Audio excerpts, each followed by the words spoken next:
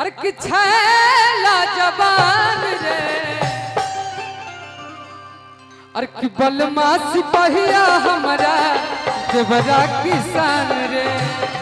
बलमा सिपहिया हमारा देवरा किसान कान्हे पे बंदूकिया शोभे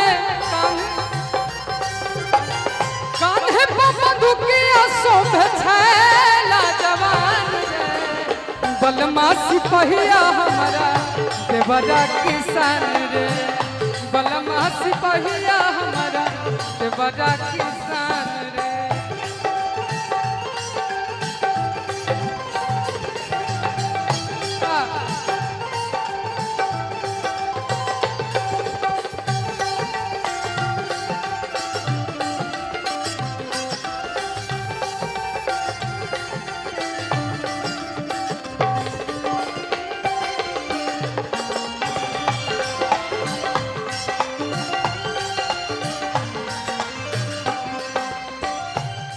शत्रुघ्न भैया एक बार और हम बढ़िया कार्यक्रम करे आ रहे कुछ दिन पहले एक आध साल पहले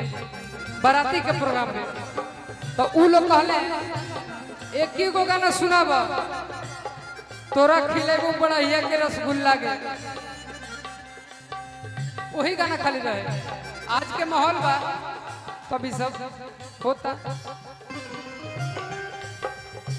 राजा जी के माथे टोपी देवरा के पगारी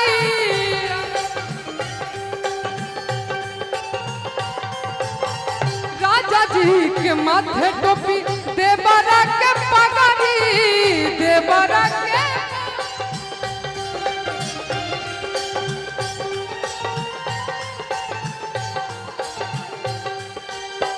देख के जुड़ाई जाला भरे मन गगरी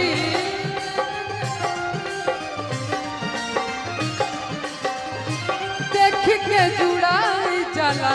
भरे मन गगरी देख के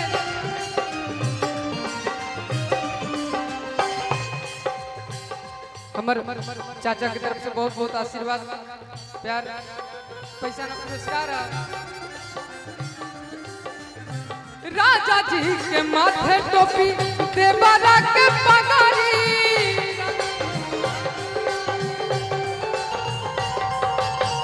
राजा जी के माथे टोपी देवरा के पगारी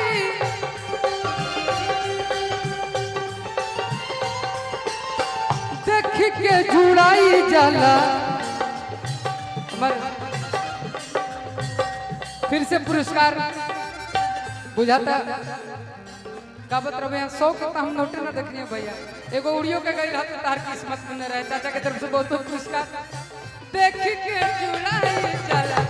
भरे मन गगरी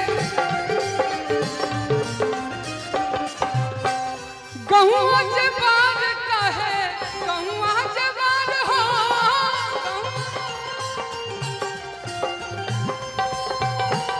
गहुआ जे बार कहे दोनों का महान रे बलमा सिपहिया हमारा देवरा किसान रे बलमा सिपहिया हमारा देवरा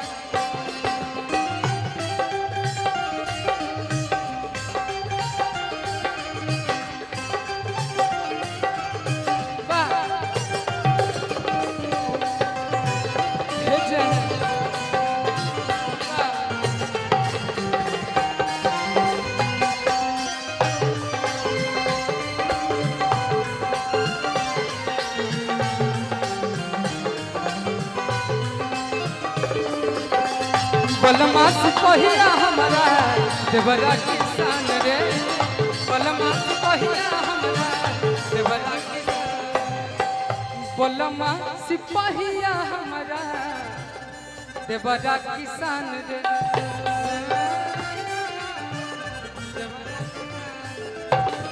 बलमा सिपहिया हमारा देवरा किसान रे बलमा सिपहिया हमारा देवरा